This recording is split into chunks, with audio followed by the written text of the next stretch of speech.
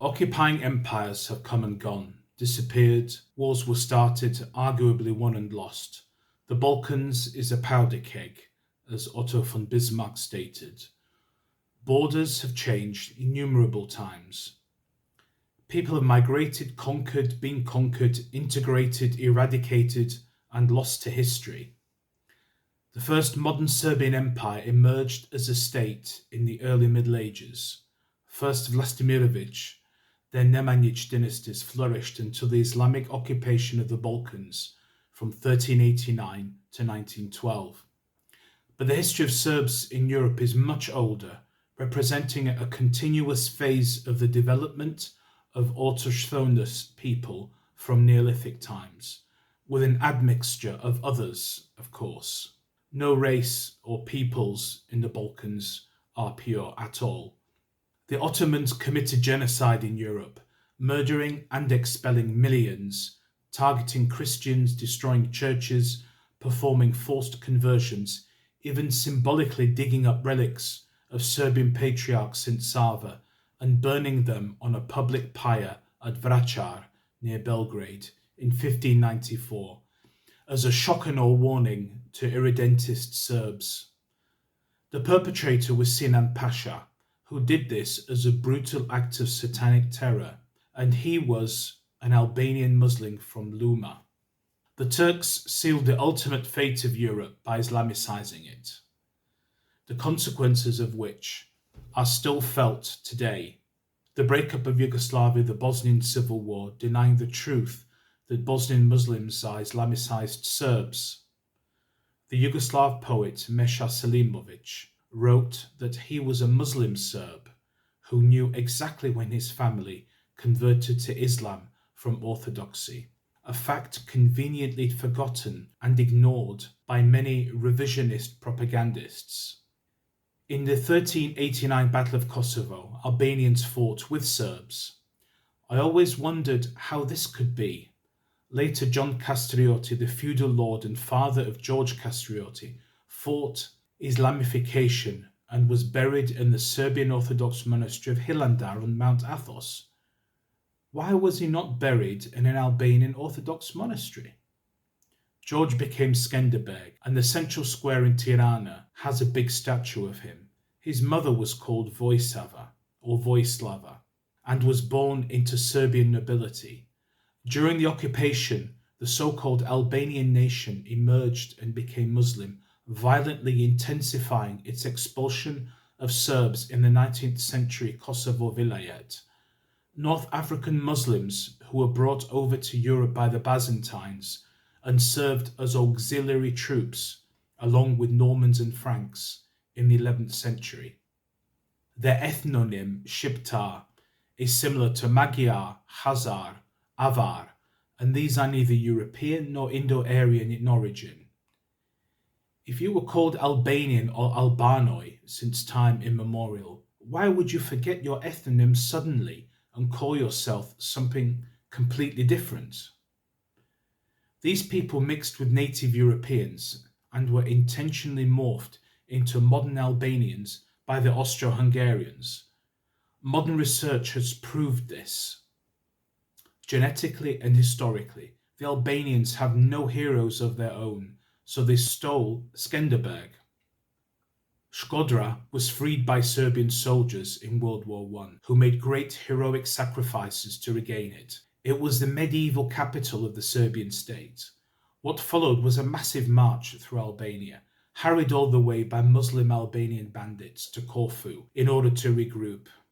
Albania never existed as a country until Austro-Hungary placed its short-lived German king Wilhelm von Wied in 1913. Consequently, centuries-old mainly Serbian and Greek influences were erased, and since then there has been an intentional cultural genocide of Serbs and Greeks by demolishing or taking over churches, destroying cemeteries, or just letting buildings go to ruin.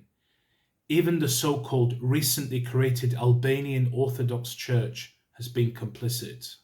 So, why did Albanians get such a large country after World War I, especially since they played no active role in the Balkan Wars or World War I? The answer? Merely to stop Serbs reclaiming historic lands and having an outlet to the sea. It is all about fake news. Fake pro-Albanian historian Georg von Hahn and Leo Freundlich, who would be called today a fake news provider or propagandist, used his wealth to produce a falsified journalism as a contribution to the justification. The intent was to limit Russian power and influence in Europe, previously for political reasons by Austro-Hungary, Prussia, as well as Britain and France in the Crimean War. Yet Russian influence in the Balkans would have prevented World War I and arguably the follow-on World War II. The Americans fatefully overruled the 1920 Paris Peace Conference, whose aim was to create a much smaller Albania. Now instead, we find the Americans are using Camp Bondsteel near Pristina in occupied southern Serbia to bomb other countries like Iraq and Afghanistan, and to ferry intercontinental drugs. And look where we are now in 2023.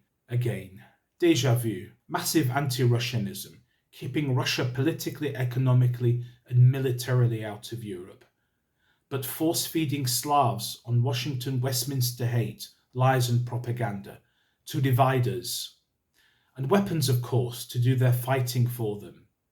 It does not bode well at all, and particularly Serbs are stuck in the middle of this, being Russia's greatest Balkan ally. It may lead to more attacks on Serbia, more intervention, more dead, more land grabs, more so-called democracy, more ethnic hatred. Currently expanding, Greater Albania is de facto a reality, a massive threat to European and world peace. There is now no effective border between Albania and Kosovo. Northern Greece has 1 million Albanians living there. A new credible UÇK, Islamist terrorist threat.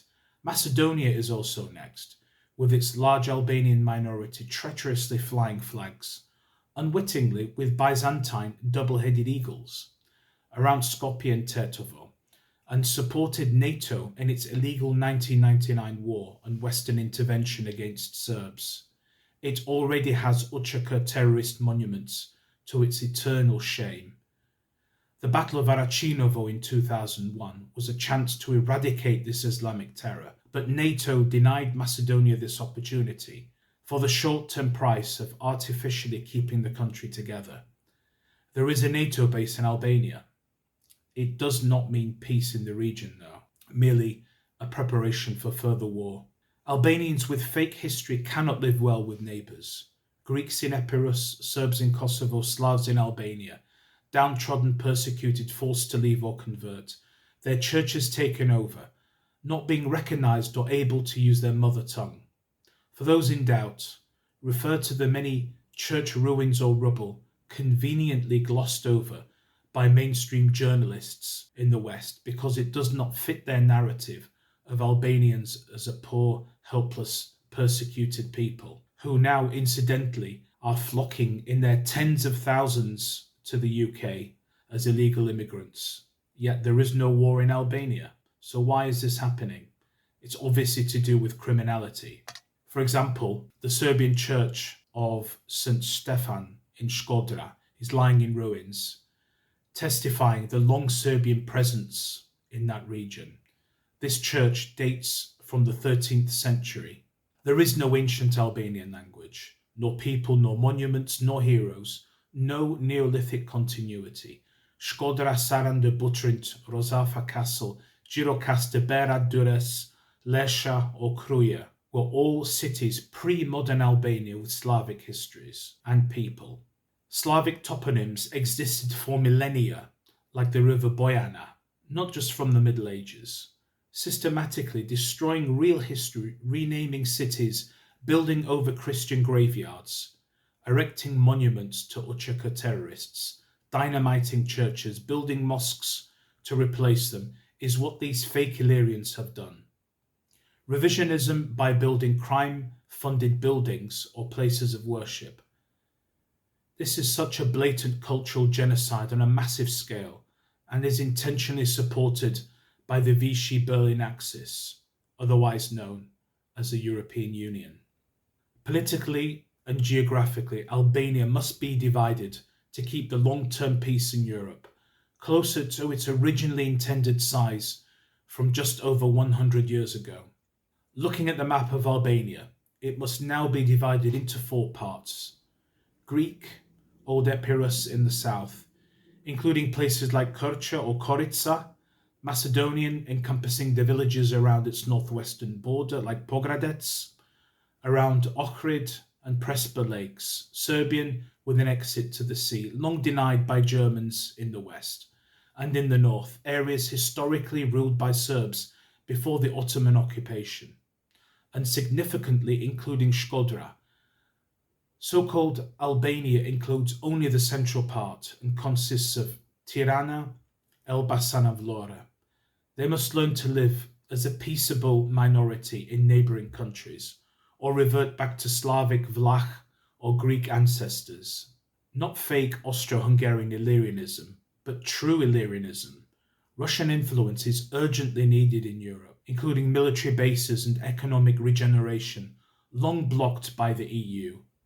The power balance in Europe needs to be changed, protecting Orthodox, as Putin has done in Syria, as a true, faithful Orthodox Christian. A free, independent Balkans is the goal, prosperous, not reliant on the West, no US hegemony, from a bankrupt state, morally, medically, mentally and financially, which has lived off land and resource theft, genocide and slavery since its founding, using a weaponized currency. The only way forward is for a greater Albania not to exist, else Europe will produce a conflagration much, much worse than World War I.